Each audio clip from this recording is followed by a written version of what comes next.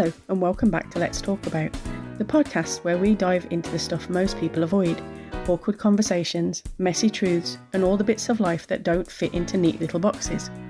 Today, my guest is Zack Borodkin, a public policy analyst, outreach coordinator and disability advocate from New York. We talk about what dating is like with a disability from across the pond in America. From cultural differences between the UK and US to internalised ableism, app awkwardness and what it really takes to build connection, this episode goes there. Let's get into it. Hi Zack, it's really good to meet you. Thank you for reaching out to me. Do you want to start by telling me a bit about yourself and why you wanted to talk about disability and dating today? Because honestly, I've wanted to talk about this topic for a while. It doesn't come up too often in conversations, regardless of where we are. And I feel that even though I haven't dated in quite a while, it's a very important topic to talk about. This is not something that I've advocated for per se, though I am a disability rights advocate. I advocate more for things in the policy sphere. So equal access to voting, equal access to education. I meet with a lot of public officials and try to get them to pass legislation that would mean more equality for us. Right, okay, that's cool. So take me back a little bit to what was dating like before you understood your disability? Because you actually mentioned to me that it was different before you understood it and it's different after. I mean, again, I haven't dated honestly since it's been almost 20 years. Right. Um, but to me, I never treated dating any differently, because I had a disability. It was always I see a person, I talk to them, and if we start dating, then I just give everything I have to the relationship. And that's how I kind of treated it. And whenever we would break up, never once did it cross my mind it was because of my disability. I always thought it was because I wasn't doing enough. Right. So like when did your perspective shift with dating? Like, because obviously if you haven't dated for 20 years, is there a reason for that? Is that a choice? Have you got like, did you start setting boundaries or like what's the reason for Um, that? I mean, really, it started to shift. I want to say when I was in college, um, because I never treated the people I dated as human. I would always put them above myself. Because of your Um, disability? no, I would always put them above myself just because that's basically who I was. I would always just want to give and give and give Oh, and I see had what you no mean. Right. expectations. Yeah. Right. Um, but really, my disability was never mentioned throughout the times that I dated. For me, it was just part of the experience. Um, now that I see my disability as a part of me and something that I used to adapt to different systems. Now I kind of treat it as okay, since I want to be treated as an equal, maybe I should treat the other person as an equal by giving them space and letting them take care of their needs so that we can form a solid foundation. Yeah. So I'm guessing then, if you've not dated for so long, have you ever used like dating apps? Because you mentioned Callum there, and obviously we're doing this podcast on the back of what Callum and I spoke about.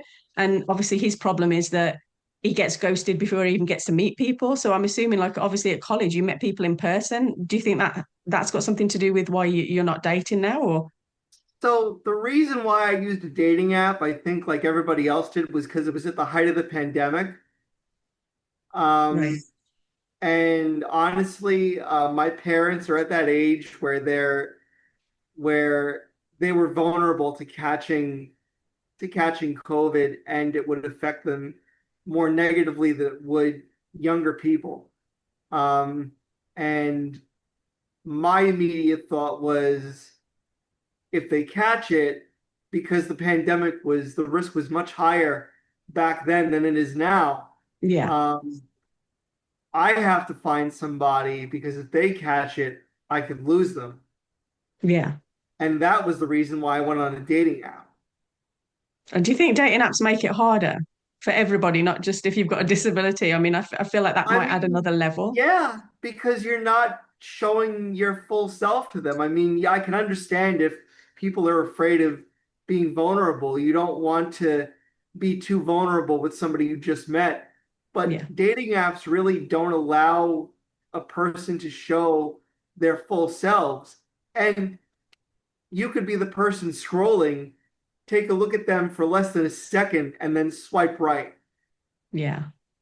So you're really not giving them a chance to show themselves, and maybe you just don't maybe you just want to keep scrolling for whatever reason. Yeah, totally. So like if you could rewrite dating world rules, like what do you think, how do you think people should date nowadays? What do you think would be the best way to go So about it? I think it comes down to culture. I don't know how it is in the UK, but we're so similar that I wouldn't be surprised if there are similarities between how we perceive dating across the pond. But really, the thing that bothers me most about it is we're so wrapped in a romantic, fantastical culture where we see things from a very skewed perspective. So like I was raised on Disney, and you know, as you know, with not all the movies, but a lot of the movies, there's a damsel in distress and they have to be rescued by a prince. And what it does is it sets these false expectations that there are people out there like that on both sides that are really gonna come to your rescue and save you. And when those expectations are not met, it just makes you feel worse. Yeah. I think it also has to do with consumerism because you have companies like Hallmark that are making all this money off of off of loneliness and off of the desire to be loved. Um, so I think it comes down to assumption and consumption because when you consume, you make assumptions about what you think the other person wants. If you see somebody and you like them, buy them flowers, buy them chocolates, take them out to the movies, take them out to dinner, consume, consume, consume. And it Hmm. raises your expectations. And when those expectations are not met, what happens? Oh, you need to fill a void they left. Consume, watch these TV shows, have this drink, have this food, consume, consume, consume. And we don't give each other space to be human Yeah. because we Yeah. either put each other below or above ourselves, and there's no middle ground. So I think the culture really needs to change, but it doesn't really it doesn't take that much to change it. Just don't make assumptions, don't jump to conclusions, give the other person space, occasionally tap them on the shoulder to check in, and if you don't hear from them, then move on. But Yeah. you can build a solid foundation that way with somebody. Yeah. I mean, you're right. And I think that's one of the things Callum and I touched upon as well is that dating apps, even themselves, like if you really want a good conversation with somebody, then like there's a monetary aspect that comes into it. And you have to pay to kind of have extended conversations or extended bios. And even that is like seriously like commercialized, isn't it? Which is so wrong. Right. Yeah. Cool. So, what is dating culture like in the US? I mean, I haven't got a clue. Obviously, I kind of know what it's like here, and it's not great, but you're right, our countries are quite similar. So, I'm assuming it's the same. I think we're very wrapped in a romantic kind of culture Yeah. where, and I love her music, but Taylor Swift is like the queen of this, where almost every song she has is either a romantic portrayal or something bad happens, so I have to write a song about it. And it's not just her, it's all over our culture. It's on the radio, it's on the TV with all these TV shows like Love Island and all these dating shows. It's just the way we portray love and relationships that sets these false expectations that we take with us when meeting an actual person, and it ends up dehumanizing them. Yeah, So totally. our culture is dehumanizing wrapped in good intentions. Yeah, absolutely agree. Like, so with mine and Callum's story, was there something specific that like resonated with you from either of us, or you just wanted to talk about it because you don't hear it spoken about often enough? It's funny because when I was dating, I didn't really know my disability to the extent that I do now. Like I knew it was part of me because it's physical. But I didn't really understand it in the way that I do now. I didn't understand that it it's become an asset and I can use it to adapt to systems that weren't made for me, or I can use it to, you know, as a discussion point to bring out the rest of the disability community who might still feel like they're in the shadows. Um, but back then, I didn't talk about it. Nobody talked about it. And now I tell, people that I'm friends with, ask me questions about it. Yeah. They don't, and I don't know why. But if I were dating, I wouldn't be afraid to talk about it if it came up. Yeah. So if like you could give your younger self a piece of advice about love and identity, what do you think that would be from this perspective you have now? Um, Give people space, lower your expectations, and don't jump to any conclusions. Let people be. Yeah, that's great advice. That's really good advice. What is dating with a disability like for you? What would you want somebody else to know? I guess is what I'm trying to say. What I would want somebody to know is just, well, first, as any disabled person already knows, we know our bodies, we know our limitations. Um, while many of us can adapt to systems that weren't made for us, there are going to be points where we're going to need to ask for help. Um, don't be afraid to reach out and ask your partner for help. They'll understand you better. They will understand your needs better. Yeah. Whether or not they take those needs into account in the future, um, that's that really shouldn't be of importance. You should just stay in the moment with your partner, because really it's not about who you were in the past, who they were in the past. Don't look so much to a future, even though it might be difficult as a person with a disability to date. Just kind of stay in the moment with your partner and um, you know, see how they respond, see how they respond to you. Because while nobody knows yourself better than you do, I think this is important to take into account. Yeah, 100%. So I know this is about dating and disability, but I have to ask because you're so into politics and policy, and I am too. Like, what is representation of disabled people in the US, like government, like, because in the UK, in Scotland, we've actually got like 4.6%, I think, but in the UK, like government overall, I think it's between like 2 and 8%, so it's tiny. So, like, what is it like over there? We're kind of in the same boat. It's not really represented, and if it is, it's represented at a very rudimentary level. So it's only based on what people can see. So if you're in a wheelchair, that counts as disability representation.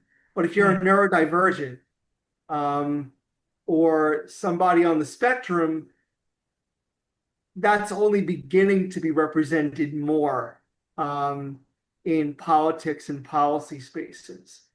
Is that Um, because people have been masking and they haven't said that they've got those kind of disabilities, or is it because nobody with those kind of disabilities has been involved in politics? I think it's a little bit of both. I think we're at a point now where there's so much pushback with DEI, and pushback on people with disabilities that we feel that we kind of have to come out to force the issue, Right. um, because if nobody, it's kind of like the old if not now, when? If not me, then who? Um, so we're kind of at a point where we have to come out and talk about it. This is one of the issues that I have with DEI is it's about diversity, equity, and inclusion, but there aren't spaces included for people with disabilities, Right.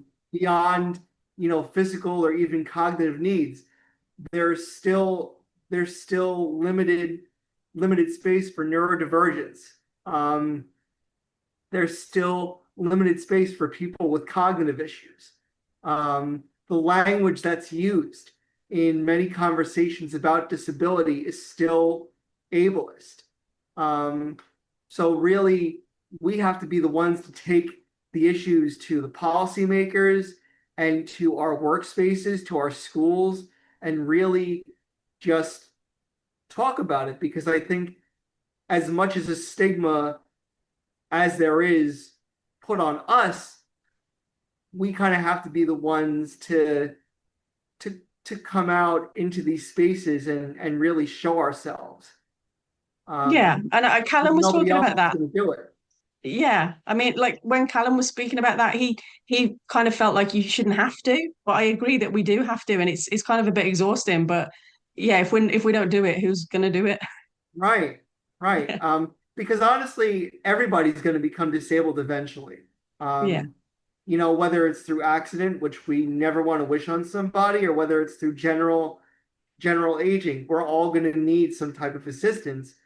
That's why these conversations have to start now. Yeah.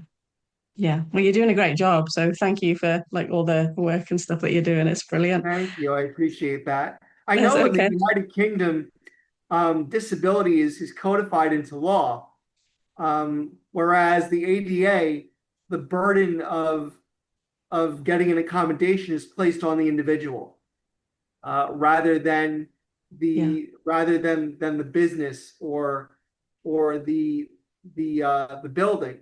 In America, if there's no ramp, it's on the burden of the individual to work to get a ramp where it's codified into law where there have to be accommodations, and if there aren't, then they have to be enforced.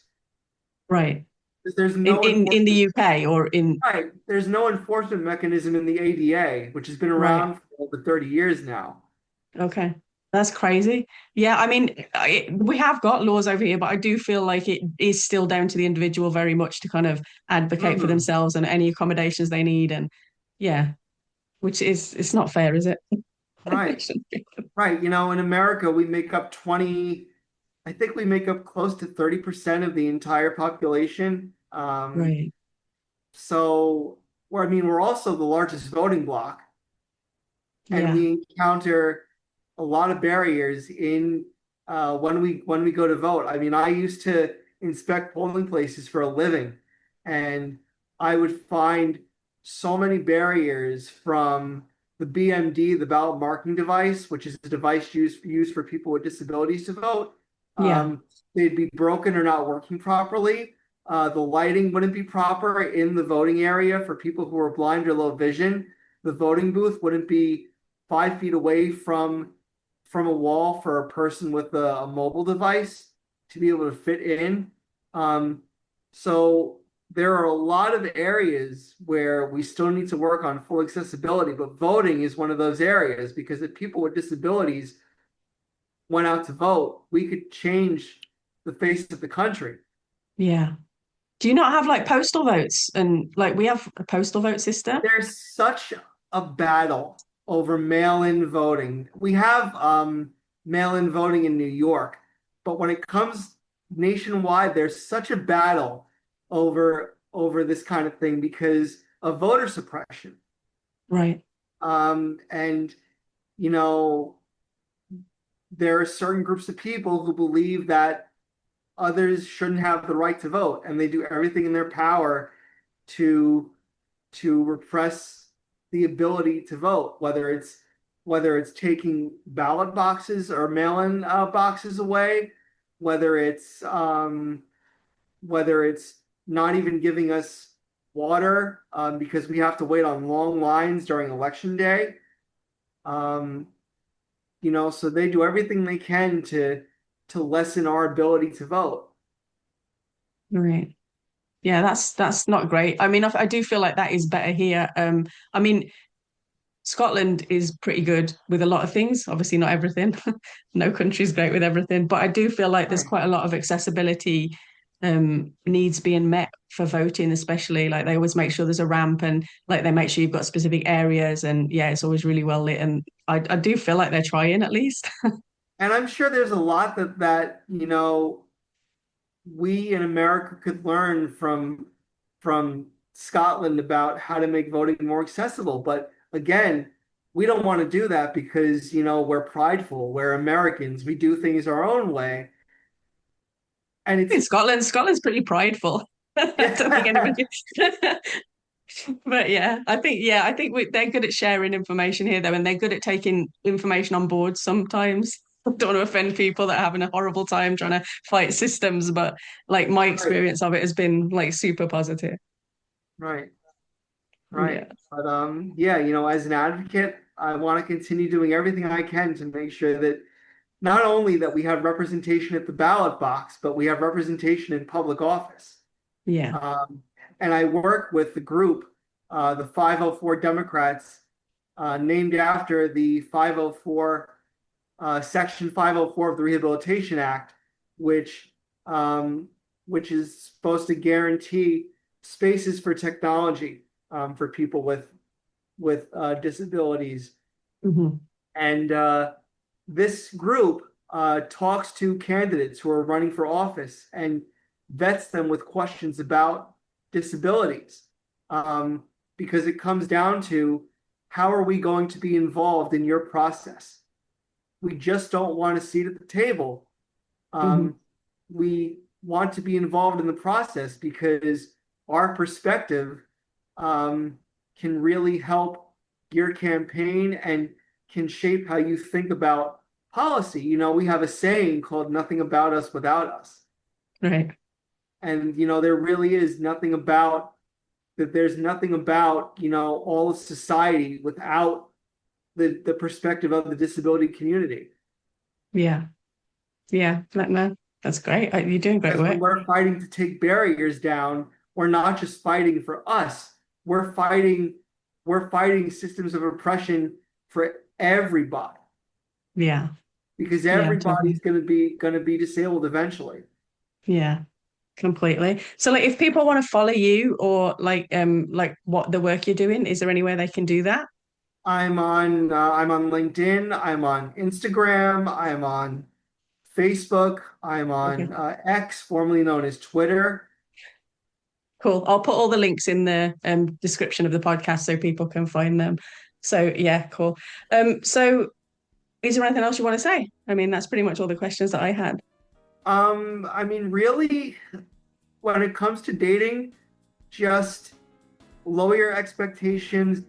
Don't jump to any conclusions. At the end of the day, we're all human. We all need spaces to take care of ourselves, and when we're given those spaces, we can form a solid foundation. Yeah, great advice. And thank you so much for talking to me today.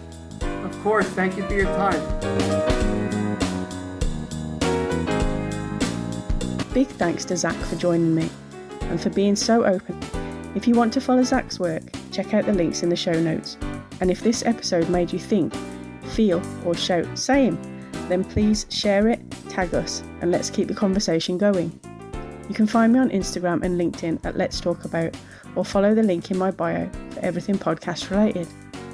Catch you next Monday for more uncomfortable truths, surprising hope, and the voices we don't hear enough of. Take care. This podcast was brought to you by Nicola Foley and Buzzsprout. Music from Zack Borodkin.